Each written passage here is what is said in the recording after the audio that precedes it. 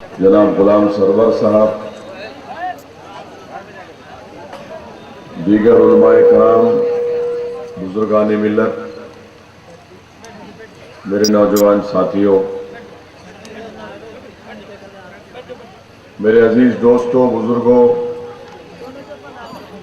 मैं सबसे पहले आपका शुक्रगुजार हूं कि आपने अपना कीमती वक्त निकालकर यहां पर आए और मैं आपसे चंद बातें करना चाहूंगा। अपनी तरफ से कुछ पैगाम देना चाहूंगा, कुछ हक़ाइक़ आपके सामने रखना चाहूंगा ताकि उसको आप सुनकर आप फिर फैसला कर लीजिए कि आप गुलाम सरवर को कामयाब करेंगे या फिर हमेशा की तरह आप जिसको वोट डालती आए उन्हीं को कामयाब करेंगे। मैं आपके सामने जो बात करना चाहूंगा वो बात यह है कि आप गुलाम सरवर को वोट क्यों दें। आप गुलाम सरवर को वोट इसलिए देंगे क्योंकि अगर आप मजमूई तौर पर पूरे बिहार प्रदेश में देखेंगे मुस्लिम अक़लियत का क्या हाल करके रखिए। आप खुद थोड़ी देर के लिए सोचिए कि ये हमारे तमाम मुखालिफिन बोलते,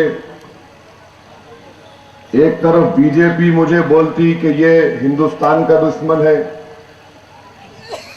बीजेपी के लोग बोलते ये जिना है, और सेकुलर पार्टी के लोग बोलते ये वोट काटने को आया है।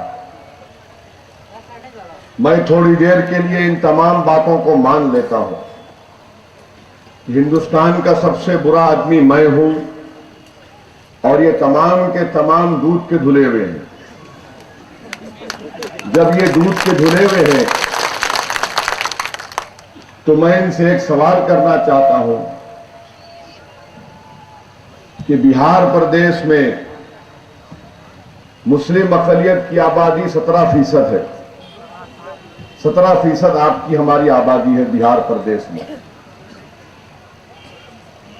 गवर्नमेंट की नौकरियों में कितना मुसलमानों का परसेंटेज है? 17% हमारी आबादी है।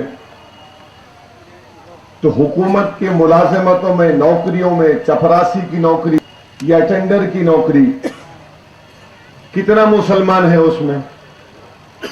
हम तो वोट कटवा हमको गाली दे रहे। बीजेपी बोलती है हिंदुस्तान का दुश्मन है ये ओवैसी। सबको ओवैसी से परेशानी है। ओवैसी इनसे पूछ रहा है कि भैया आप हमको बता दो बिहार प्रदेश में मुसलमानों को कितनी नौकरियां आपने दी। 17% की आबादी है, 6.5% भी नौकरियां आपके पास मुसलमानों को नहीं दी गई। हमारी कितने नौकरियां हैं? 6.5%। 17% की हमारी आबादी। इसका जिम्मेदार कौन है फिर? ओवैसी तो जिम्मेदार नहीं है इसका। तुम हमको चपरासी की नौकरी नहीं दे सकते, हमारे बच्चों को, हमारे पढ़े लिखे लोगों को टीचर की नौकरी नहीं देते। जहां पर उर्दू हिंदी स्कूल है वहां पर उर्दू टीचर के पोस्ट को बताते नहीं। तो फिर आप कौन से मोहब्बत का दावा हमसे कर रहे हैं? दूसरी बात, बिहार प्रदेश में जितनी जेल है उन जेलों में कितना मुसलमान है जिन पर मुकदमा चल रहा है? 18% मुसलमान जेल में है बिहार के जेलों में। कभी जाकर पूछो उन बच्चों के वालिद से, उनकी मां से जिनको गैर जरूरी जेल में डाल दिया गया। 17% मुस्लिम अक़लियत की आबादी बिहार प्रदेश में और 18% हम जेल में। कैसा वोट देंगे इनको आप? आप थोड़ी देर के लिए सोचो। ठीक है, हम सबसे गंदे आदमी हम ही हैं। ये राजा हरिश्चंद्र की औलाद हैं। ये सबसे साफ है, अच्छे हैं, मैं बुरा हूं, मगर एक बुरे की बात तो सुन लो कि भैया हम जब बिहार प्रदेश में 17% की हमारी आबादी है तो 18% जेल में कैसा है? छोड़ता क्यों नहीं है फिर ये नीतीश, लालू, कांग्रेस मिलकर इनको छोड़ दो ना जेल में से इनको। 18% मुसलमान जेल में सड़ रहा है।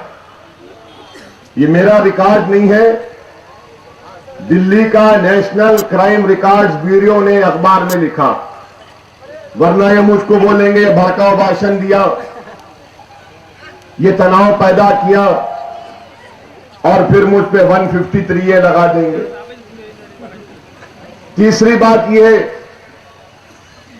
कि हमारा सवाल बीजेपी से भी है, कांग्रेस से भी है, आरजेडी से भी है, नीतीश से भी है, क्योंकि सबने हुकूमत की 40, 45, 50 साल तो कांग्रेस करी हुकूमत, 15 साल लालू की हुकूमत रही, 10 साल नीतीश की रही, उसमें 8, साढ़े 8 साल बीजेपी भी साथ थी इनके।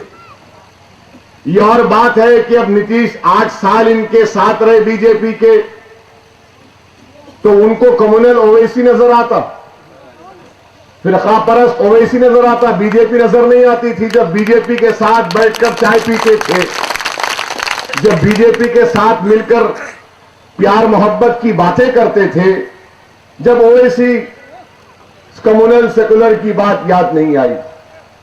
चलिए ठीक है, आपने 10 साल हुकूमत की।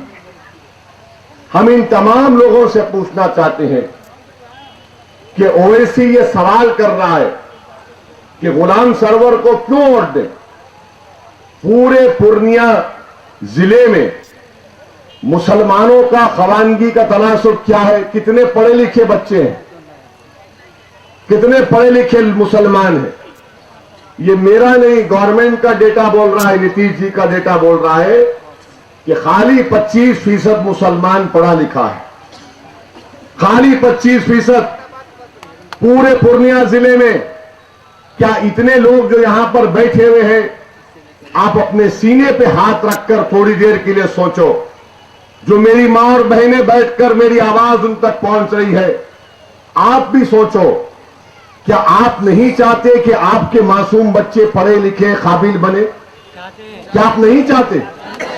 अगर चाहते हैं तो फिर क्या आप स्कूल नहीं चाहते?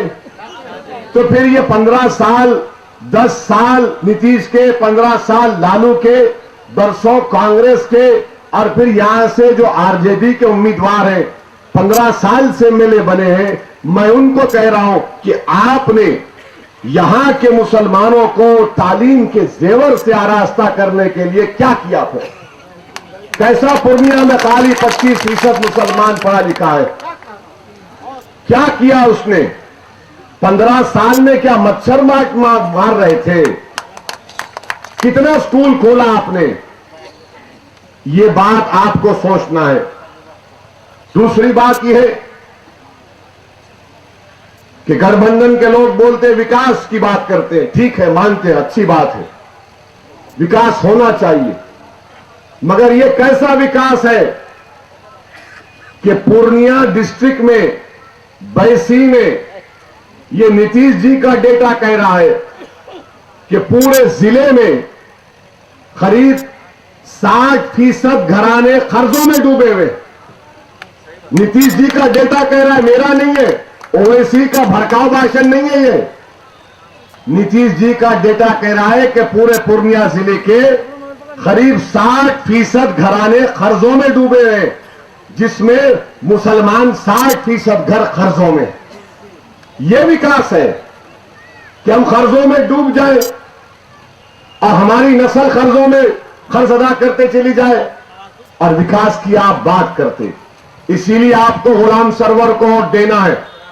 जिन हुकूमत ने, जिस पार्टी ने, जिस लीडर ने आपको कर्जों में मुब्तला किया और उनको कोई एहसास नहीं है, उनको कोई तकलीफ नहीं है, कर्जों में आप डूब रहे हैं, वो आपके पास आ जा रहे हैं कि हमको वोट दे दो। मेरे भाई, ये कर्जा बहुत लंबा हो चुका है, 60 साल का, अब कर्जा उतारने का वक्त आया। अब खर्जा उतारने का वक्त आया है। और कैसा खर्जा उतारेंगे आप गुलाम सरवर को कामयाब करो। उनके मखरूज आप और हम नहीं हैं। हम किसी के गठबंधन के गुलाम नहीं हैं। हम किसी कांग्रेस पार्टी या बीजेपी के गुलाम नहीं हैं। हम सिर्फ अल्लाह के गुलाम हैं और किसी के गुलाम नहीं हैं। अगर उस गुलामी को तोड़ना है, अगर तुम सच्चे बंदे हो तो तोड़ दो इन गुलामियों को और अपने मालिक बनाओ। जमहूरियत है, जमहूरियत में आप मालिक है। मैं मालिक नहीं हूं, मैं तुम्हारा नौकर हूं। आप मालिक है। आपने जिसको वोट डाला वो बिहार का चीफ मिनिस्टर बन गया। आपने जिसको वोट डाला वो हिंदुस्तान का प्रधानमंत्री बन गया। आपने जिसको वोट नहीं डाला वो घर को जाके बैठता है। अब आपको फैसला करना है कि आप क्या करेंगे।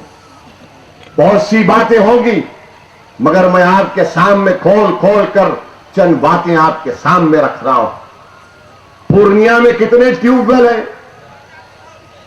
पूरे पूर्णिया में कितने ट्यूबवेल हैं? पूरा जिला में खाली 500, पूरा जिला में खाली 27 ट्यूबवेल है। और पटना में कितना है? 540। ये क्या गठबंधन है फिर? आप मुझको गाली दे रहे हैं। स्टेट ट्यूबवेल, हां स्टेट ट्यूबवेल कहां पर? फिर ये कहां डेवलपमेंट हो रहा, कहां विकास हो रहा? विकास खाली पटना में होता है। विकास वहां होता है सीमांचल में। क्या इंसान नहीं बसते? क्या पूर्णिया में इंसान नहीं बसते? मेरे अजीज दोस्तों और बुजुर्गों, आप क्यों गुलाम सरवर को वोट देंगे? अभी ये किसी ने, मौलाना ने अच्छा कहा कि बिहार में 32,000 के बच्चे अगर होते हैं आबादी में, उनको हाई स्कूल मिलता है। पूर्णिया और बैसी में 80,000 बच्चे मगर हाई स्कूल नहीं। क्या बैसी में सेकेंडरी स्कूल है? क्यों नहीं देते? विकास किससे होगा? विकास विकास पुकारने से तो विकास नहीं होगा ना। पूर्णिया के लोग, बैसी के लोग आसमान से तारे तोड़कर लाने की बात नहीं कर रहे। वो ये बोल रहे कि जो तुम वहां बाजू दे रहे हो मुंगेर में, बेगूसराय में, वो यहां पर भी दे दो। मगर सीमांचल से इतनी नफरत क्यों है? क्या सीमांचल के रहने वाले इंसान नहीं है? और आप देख लीजिए, हमारे पास जो बच्चे स्कूल छोड़ देते हैं, सबसे ज्यादा मुसलमानों के बच्चे स्कूल छोड़ते हैं बैसी में। क्यों छोड़ता है स्कूल बच्चा? इसलिए कि कमाना है, खाना है, पेट भरना है घर में। बच्चा स्कूल छोड़ेगा तो घर चलेगा। क्या इसके बाद भी आप वोट देंगे उनको? आप सोचिए, मेरा कोई नहीं, आपको फैसला करना है। जो लोग आपको ठगते आए, जो लोग आपको धोखा देते आए, जो लोग आपके जिस्म पर, पीठ पर नहीं बल्कि सारी जिस्म पर खंजर मार दिए, कोई जिस्म का हिस्सा तुम्हारा नहीं रहा जहां से इन जालिमों ने तुम्हारा खून नहीं चूसा होगा। और फिर बोलते कि ये वोट काटने आए हैं। मैं साफ तौर पर कह रहा हूं, हम पूर्णिया में बैसी अमूर पर कैंडिडेट खड़ा किए। दूसरी जगह पे हराओ बीजेपी को, मोदी को हराओ, जमानत जब्त करो उसकी। मगर हम तो 6 असेंबली कॉन्स्टिट्यूंसीज पर इलेक्शन लड़ रहे हैं। इस पर इतनी तकलीफ क्यों है आपको? इस पर तकलीफ क्यों है आपको? अगर गुलाम सरवर जीत के जाएगा बिहार के असेंबली में तो ठीक है, किसी की हुकूमत बनती बने, हमको उससे मतलब नहीं है। हम तो चाहते हैं कि सेकुलर गवर्नमेंट बने, मगर कोई तो सीमांचल की नाइंसाफी के खिलाफ आवाज उठाए ना। कोई बिहार के असेंबली में जाएगा तो इनको आईना दिखाएगा कि देखो ये है आईना, ये नाइंसाफी हो रही है हमसे, इसका इलाज करो, मेरे बच्चों को स्कूल दो, मेरा हर घर कर्ज में डूबा हुआ है, मेरे बच्चे बच्चियों के लिए हाई स्कूल दो। मुझे कई ऐसी पंचायतें जहां पर जा नहीं सकते। हम जुमे के दिन एक पंचायत में गए, गाड़ी नहीं चल सकती, पैदल चलना पड़ रहा, वहां पर गाड़ी नहीं चल रही। और मुझे समझ में नहीं आया कि विकास की बात कैसे होती। और फिर दूसरी बात आप सुन लीजिए, ये कहते बीजेपी को फायदा होगा, ठीक है, ये भी तुम्हारा इल्जाम मैं मानता हूं। आपको मालूम बिहार में बिहार में कितने मुस्लिम एमएलए हैं? 17% की आबादी में, आबादी के लिहाज से बिहार असेंबली में कम से कम 50-55 एमएलए जीतना चाहिए हमारे। 17% के लिहाज से 243 इंटू 17, 60 समझ लीजिए। पिछले बार कितने थे एमएलए? खाली 19 जीत के आए। मैं जब इलेक्शन नहीं लड़ा, 19 कैसा जीत के आए? फिर हमारे 50 का नंबर कहां गया? तुम खा गए हमारा नंबर। तुम हमारा हिस्से का खा लेते, हमारे हिस्से की रोटी खा लेते, हमारे हिस्से का स्कूल खा लेते, हमारे हिस्से का हर चीज खा लेते। सीमांचल को तबाह बर्बाद करके रख दिए और ओवैसी के बारे में बात करते। ओवैसी आया है सीमांचल के इंसाफ के लिए, ओवैसी आया है सीमांचल के हक दिलाने के लिए, ओवैसी आया गरीबों का हक दिलाने के लिए, ओवैसी आया है सीमांचल के बसने वाले लोगों के लिए उनका हक मिले, उनको जमीन मिले, उनका इंसाफ मिले। 19 एमएलए। अच्छा, अभी ओवैसी को गाली देते। कितना टिकट दिया गठबंधन ने? कितना टिकट दिया मुसलमानों को? कांग्रेस, आरजेडी और ये आपके जेडीयू मिलाकर 31। कितना परसेंट हुआ?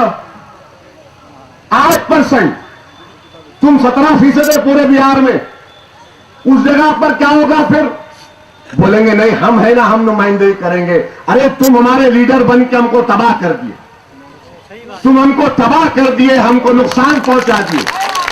हम आपसे क्या बोल रहे कि अगर मजलिस के 6 एमएलए इंशाअल्लाह कामयाब होंगे, गवर्नमेंट किसी की बने, मगर जब 6 बिहार असेंबली में जाएंगे, जब ये मसाइल को उठाएंगे कि देखो बैसी में ऐसे 7-8 पंचायतें जहां पर जाने का रास्ता नहीं है, बैसी में ऐसी पंचायतें जहां पर स्कूल नहीं है, तो हुकूमत को मजबूरन काम करना पड़ेगा। कोई लड़ने वाला होगा।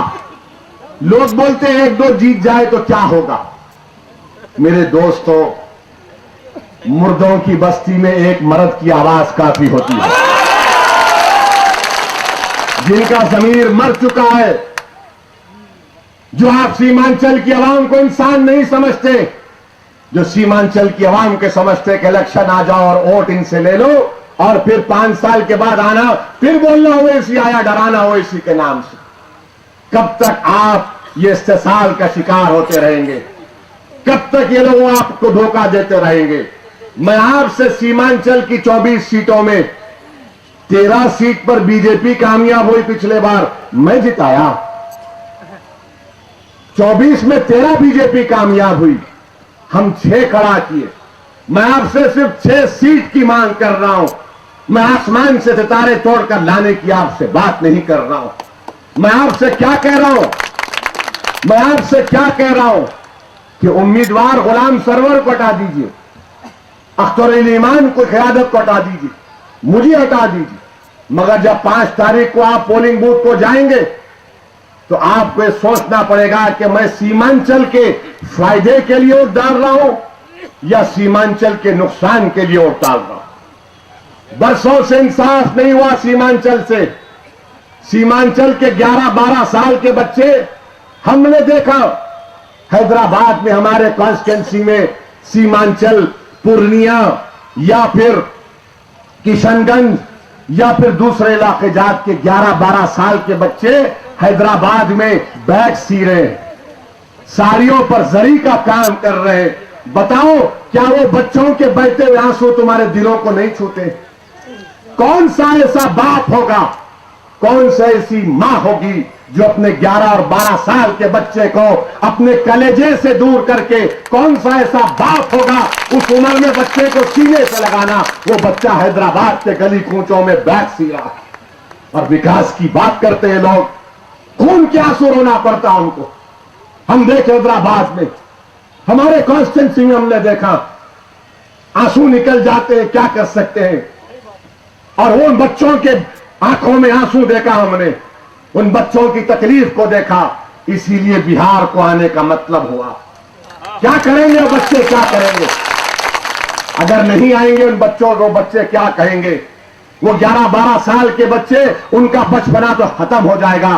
जब वो 25-30 साल के हो जाएंगे तो तुमको पलट कर बोलेंगे, अरे तुम लोग अगर हमारे लिए आवाज उठाते, तुम हमारे लिए लड़ते, तुम उन बच्चों को क्या जवाब दोगे?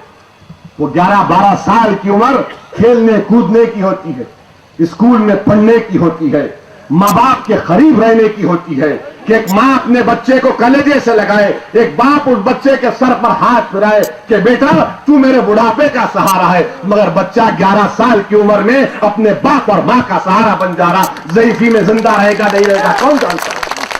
इसीलिए आप वोट नहीं देना है उन लोगों को जो लोग आपके बच्चों को नौकरियों पर हैदराबाद को भी जाते हैं, बंबई में भी जाते हैं। सीमांचल का 17-18 साल का बच्चा कभी पंजाब की खेतों में जल रहा है तो कभी हरियाणा की खेतों में गल रहा है, कभी हिमाचल के प्रदेश में पहाड़ों को तोड़ रहा है तो कभी बंबई के कंस्ट्रक्शन साइट पर बिल्डिंग बना रहा है। यही बातें आप हम करते हैं तो बोलते ये आएगा ऐसा बोलेगा, हां बोलेगा, अब बहुत बोलेगा, क्योंकि 60 साल से कोई बोलने वाला नहीं था। अब बोलने वाले को अल्लाह ने भिजाया है, ये जगह पर रहेगा इंशाअल्लाह। और हमारे हाँ जिंदाबाद, हम जिंदा ही रहेंगे, मरने वाले नहीं है इंशाअल्लाह होता। हमारे दुश्मन मरेंगे, हम जिंदा रहेंगे इंशाअल्लाह होता। और उलेमा बताएंगे जब तक हम जिंदा दुनिया जिंदा, हम नहीं दुनिया नहीं, खत्म।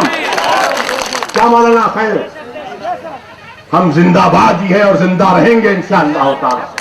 हम एक जिंदा कौम है, हम मुर्दार नहीं हो सकते, मगर हमको जागना है, हमको जागना है, समझना है कि दोस्त के रूप में दुश्मन है।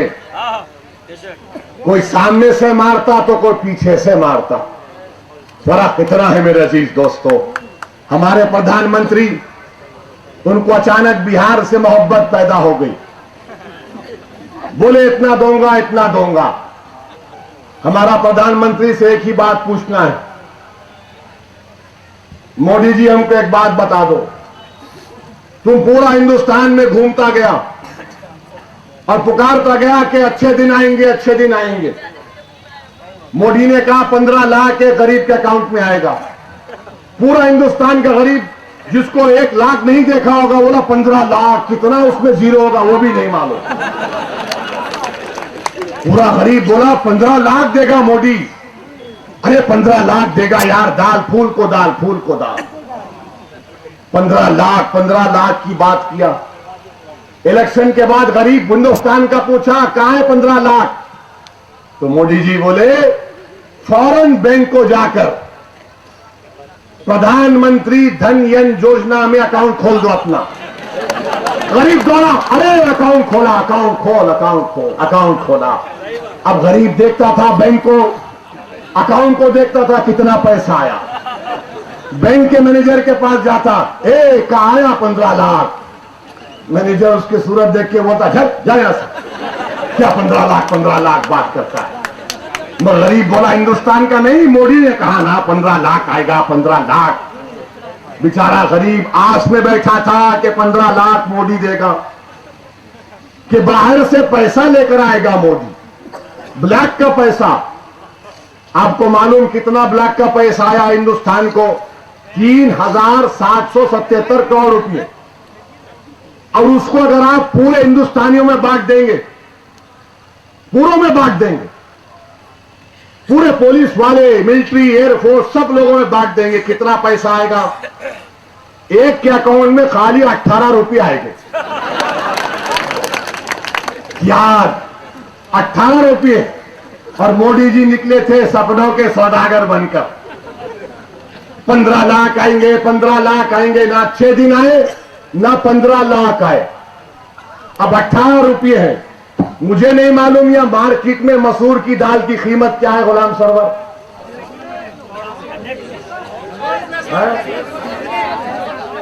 नीतीश जी 150 रुपये में मसूर की दाल है, मोदी जी 150 रुपये में मसूर की दाल है।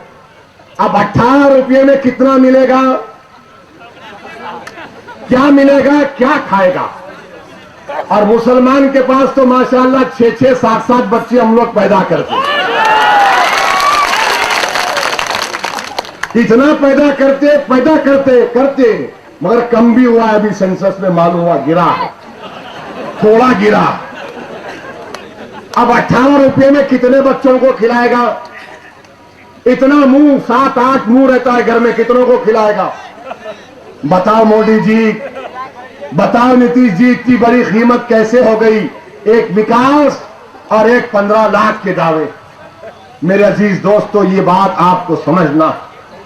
दूसरी बात, ठहरे, बात मत करिए, सीरियस गुफ्तगू हो रही, बीच में टाक नहीं करना। हरियाणा का बीजेपी का चीफ मिनिस्टर बोलता है कि अगर कोई मुसलमान को हिंदुस्तान में रहना है तो गोश्त खाना छोड़ देना पड़ेगा। हम ये पूछना चाहते मोदी जी से, क्या ये आपकी पॉलिसी है कि हरियाणा का चीफ मिनिस्टर ये कह रहा है कि हमको अगर हमारे मुल्क में रहना है तो गोश्त खाना छोड़ देंगे? अरे हमारे घर में गोश्त छोड़ो, दाल नहीं मिल रही हमारे को मोदी जी। आप 15 लाख में से 10 लाख दे दो हमको, मगर ये आपका चीफ मिनिस्टर क्या बोल रहा है? क्या हिंदुस्तान किसी की बाप की जागीर है? क्या हिंदुस्तान में हिंदुस्तान के मुसलमानों को क्या हम किसी के गुलाम बनकर रहेंगे, या हम किसी के डर के बिना पर रहेंगे, डरते रहेंगे? नहीं मेरे अजीज दोस्तों, इस मुल्क को आजाद हमने भी किया था, अंग्रेजों की गुलामी से हमने किया। जिहाद का फतवा अंग्रेजों के खिलाफ हमारे उलमाए कराम ने दिया था। हमने अपने सीनों को, अपने गर्दनों को कुर्बान कर दिया हिंदुस्तान को आजाद कराने के लिए। और आज बीजेपी का हरियाणा का चीफ मिनिस्टर ये कहता है कि हिंदुस्तान में रहना है तो गोश्त खाना छोड़ना पड़ेगा। नहीं मोदी जी, हम आपसे कह रहे हैं, आपके हरियाणा के चीफ मिनिस्टर से कह रहे हैं कि इंशाअल्लाह ताला हम सुबह क़यामत तक हिंदुस्तान में रहने वाले, इंशाअल्लाह ताला। जब तक दुनिया खत्म नहीं हो जाती हम हिंदुस्तान में रहेंगे। दुनिया की कोई ताकत हमको हिंदुस्तान से नहीं निकाल सकती। और ये भी सुन लो मोदी जी, हम जब तक रहेंगे जो दिल में आया खाएंगे, जैसा दिल में आया करेंगे, तुम नहीं रोक सकते हमको। हम अपने मस्जिदों को आबाद रखेंगे क्योंकि ये हमारा कॉन्स्टिट्यूशन, हिंदुस्तान का दस्तूर हमको इजाजत देता है। हम अपने उसूलों पर जिंदगी गुजारेंगे, हम तुम्हारे बताए उसूल पर नहीं जिंदगी गुजारेंगे। हम एक आजाद कौम है, हिंदुस्तान आजाद मुल्क है। ये मुल्क सबका है, ये मुल्क तमाम मजहब के मानने वालों का है। ये मुल्क एक मजहब के मानने वालों का नहीं बन सकता। मिस्टर मोदी, मेरे अजीज दोस्तों, इन बातों पर आपको तवज्जो लेना है, इन बातों पर आपको सोचना पड़ेगा।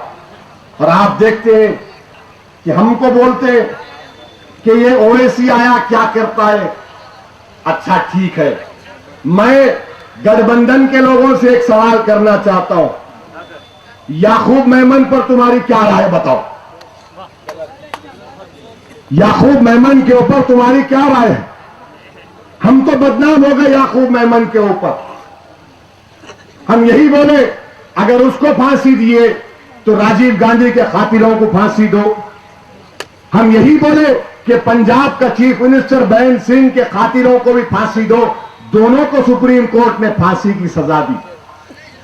आप बताओ आपका क्या है? तो बोलेंगे ये भड़काऊ बात करता हमेशा, इसकी बात को मत सुनो। अरे जो हमारे दिल की बात हम जबान पर लाकर करते हैं, तुम नहीं करते हो बात, और हमसे कहते हैं कि क्यों बोल रहे हो, क्यों बोले जा रहे हो। मेरे अजीज दोस्तों और बुजुर्गों, मैं आपसे बार बार दरख्वास्त कर रहा हूं, इल्तिजा कर रहा हूं कि एक कौम की जिंदगी में 60 साल बड़ा लंबा सफर होता है। 60 साल बड़ा लंबा सफर होता है। अगर आप जरा से भी गफलत करेंगे तो फिर आपका इस्तेसाल शुरू होगा, आपके बच्चों का मुस्तकबिल खत्म हो जाएगा। यकीनन सेकुलर गवर्नमेंट बननी चाहिए बिहार में, मगर सेकुलर गवर्नमेंट का बनने का मतलब यह नहीं है कि तुम्हारी आवाज को उठाने वाला बिहार के असेंबली में ना हो। कोई तो होना चाहिए बिहार के असेंबली में जो तुम्हारी आवाज को उठाए। और मैं समझता हूं गुलाम सरवर एक बेबाक आवाज बनकर उभरेगा इंशाअल्लाह। कोई बिहार की विधानसभा में जाकर आमूर के गरीबों की आवाज को उठाए, बैसी के गरीबों की आवाज को उठाए, बताए कि पूछो इंसाफ कब होगा। आप मुझे एक बात बता दो, आरजेडी के उम्मीदवार 15 साल से हैं, कितनी मर्तबा 22 साल से हैं, 22 साल में कितनी मर्तबा बैसी के तरक्की के ताल्लुक से जबान खोली होगी? बताओ, रिकॉर्ड बताओ, बोलो उनको। अभी टाइम है ना, अभी टाइम है, बताओ, बोलो, बताओ। फिर ये आप किसको इलेक्ट करेंगे? मेरे भाई, इंसान है तो मुंह में जबान होनी चाहिए, इंसान है तो दिल में दर्द महसूस करना चाहिए, इंसान है तो दिमाग दिया परवरदिगार ने कि सोचने और समझने की तमीज पैदा करने के लिए। और जब इंसान है तो बहादुर होने की जरूरत है, बुज़दिल होने की जरूरत नहीं है। इसीलिए मैं आपसे दरखास्त कर रहा हूं कि 5 नवंबर को जब जाएंगे पोलिंग बूथ को, तो सोच समझकर अपनी वोट का इस्तेमाल करिए।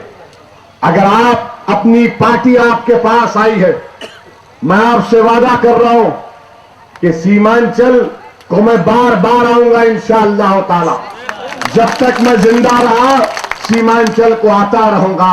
आज 6 कैंडिडेट्स खड़ा किए, 5 साल के बाद इंशाअल्लाह ताला 24 असेंबली कॉन्स्टिट्यूंसी पर हर जगह मेरा कैंडिडेट खड़ा होगा। सीमांचल में इनकलाब पैदा करेंगे। अगर यहां से हमारे उम्मीदवार कामयाब हो जाते हैं तो सीमांचल की नाइंसाफी को खत्म करना पड़ेगा। क्या सीमांचल की नाइंसाफी को खत्म करने के लिए आप हमारा साथ देंगे, नहीं देंगे? ये लड़ाई हमारे इंसाफ की लड़ाई है, ये लड़ाई हमारी इज्जत की लड़ाई है। याद रखो, ये लोग हमारी इज्जत से खिलवाड़ करते आए 60 साल में। आज आपको अल्लाह ने मौका दिया है कि अपनी इज्जत की हिफाजत करो, अपनी इज्जत की हिफाजत करो। हम बाइज्जत बनकर रहेंगे। कब रहेंगे? जब हमारा नुमाइंदा हमारी इज्जत की हिफाजत करेगा, बिहार के विधानसभा में जाकर हमारे हक के लिए लड़ेगा। इसलिए आइए और 5 नवंबर के दिन सुबह बाद नमाज फजर के बाद अपने पूरे अफराद खानदान को लेके जाइए। जब पोलिंग बूथ में जाएंगे, मशीन को देखेंगे तो मशीन पर देखने के बाद दिल में ख्याल पैदा कर लो, मैंने जो कहा उसको याद करो। और जब बटन दबाओगे इस उंगली से, ये शहादत की उंगली है, इस उंगली को शहादत की उंगली है। और इस उंगली को बटन पर दबाने से पहले थोड़ी देर के लिए सोच लो कि जिन्होंने मेरे मुस्तकबिल को खराब किया, जिन माओं को सोचना पड़ेगा कि जिन्होंने मेरे कलेजे से मेरे 11 साल के बच्चे को दूर किया, उन नौजवानों को सोचना पड़ेगा कि जिन्होंने मेरी नौजवानी को खराब कर दिया। उन बच्चों के बाप और वालिद को सोचना पड़ेगा कि जिन्होंने मेरे बच्चों को तालीम से दूर किया। उन घर वालों को सोचना पड़ेगा जिन्होंने मुझे मखरूज कर दिया। आज आपको ऊपर वाला जमहूरियत में एक मौका दे रहा है कि इस उंगली से आप एक मर्तबा उनको दबा दो और उसके बाद फिर इंसाफ के दौर का आगाज होगा। इनको दबाना पड़ेगा। और किस पर दबाएंगे? पतंग छाप के ऊपर दबाएंगे, अपने लिए दबाएंगे। गुलाम सरवर ओवैसी के लिए नहीं। अब तक आपने कांग्रेस के लीडरों के नाम पे वोट दिया। मोदी बोल रहे मेरे नाम पे वोट दो, नीतीश बोल रहे विकास के नाम पे वोट दो, लालू बोल रहे भैंसा के नाम पे वोट दो। हम आपसे बोल रहे अपने आप के लिए वोट दो, अपने आप के लिए वोट दो। सबने आपका नुकसान किया, एक मर्तबा अपने आप के लिए वोट दे दो। सीमांचल से एक इंसाफ की आवाज को उठाओ जो सारे बिहार में पहुंचेगी कि अब सीमांचल की आवाम गरीब जरूर है, मजलूम जरूर है, मगर अब जाग चुकी है अपने हक के लिए। और ये पैगाम आपको 5 नवंबर के दिन गुलाम सरवर को कामयाब करके देना है। शुक्रिया। खुदा।